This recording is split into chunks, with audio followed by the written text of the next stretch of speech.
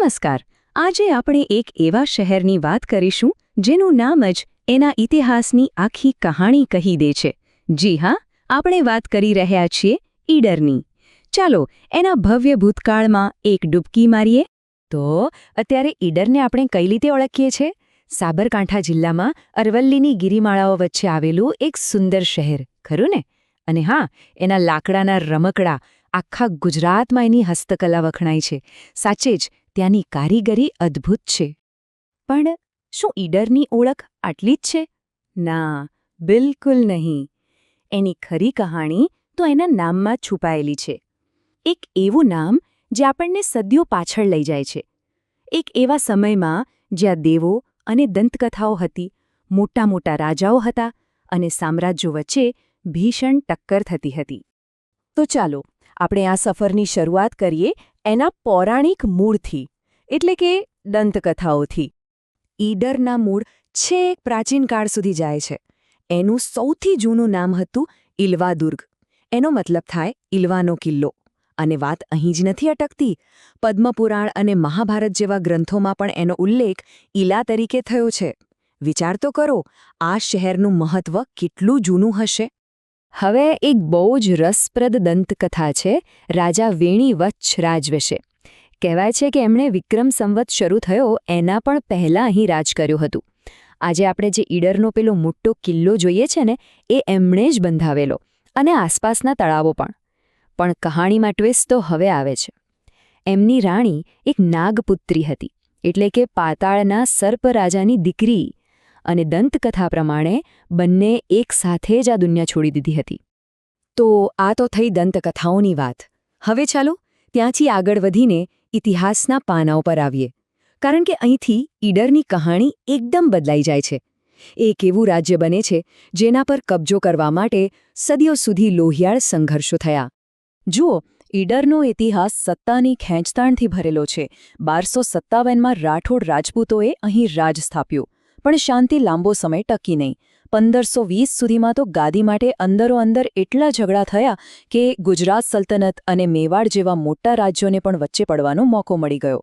અને પછી તો એક પછી એક સત્તાઓ બદલાતી રહી. 1656માં મુઘલો આવ્યા અને 1729માં જોધપુરના રાજવીઓએ ઈડર પર કબજો કરી લીધો. અને આ જે ગાદીનો ઝઘડો હતો ને, એ કોઈ નાની સૂની વાત નહોતી. એ તો બે મોટી તાકાતો વચ્ચેનું એક પ્રોક્સી યુદ્ધ બની ગયું હતું. વિચાર કરો, એક તરફ હતા મેવાડના મહારાણા સાંગા, જે રાયમલને ગાદી પર બેસાડવા માંગતા હતા, અને બીજી બાજુ ગુજરાતના સુલતાન મુઝફ્ફર શાહ, જે ભારમલને રાજા બનાવવા માંગતા હતા. એટલે ઈડર ભલે નાનું રાજ્ય હતું, પણ એ બે મોટા સામ્રાજ્યોના જંગનું મેદાન બની ગયું. તો પછી આ જંગમાં થયું શું? થયું એ કે રાણા સાંગા પોતે પોતાની સેના લઈને ઈડર પહોંચ્યા અને સુલતાનની સેનાને એવી તો હાર આપી કે વાત ન પૂછો. એટલું જ નહીં, એમની સેનાએ સુલતાનના સૈનિકોને અમદાવાદ સુધી ભગાડ્યા અને રસ્તામાં અહમદનગર અને વિસનગર જેવા શહેરો પણ લૂંટી લીધા. આ જીતથી મેવાડની તાકાત અનેક ગણી વધી ગઈ.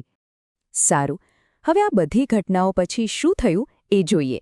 કારણ કે રાઠોડ વંશના અંત પછી ઈડરના ઇતિહાસમાં એક એવો સમય આવ્યો જે ખૂબ જ અસ્થિર હતો, જ્યાં શાસકો ટપોટપ બદલાતા હતા. 12. આ આંકડો બહુ મોટો છે. રાઠોડ વંશે ઈડર પર પૂરી 12 પેઢીઓ સુધી રાજ કર્યું હતું.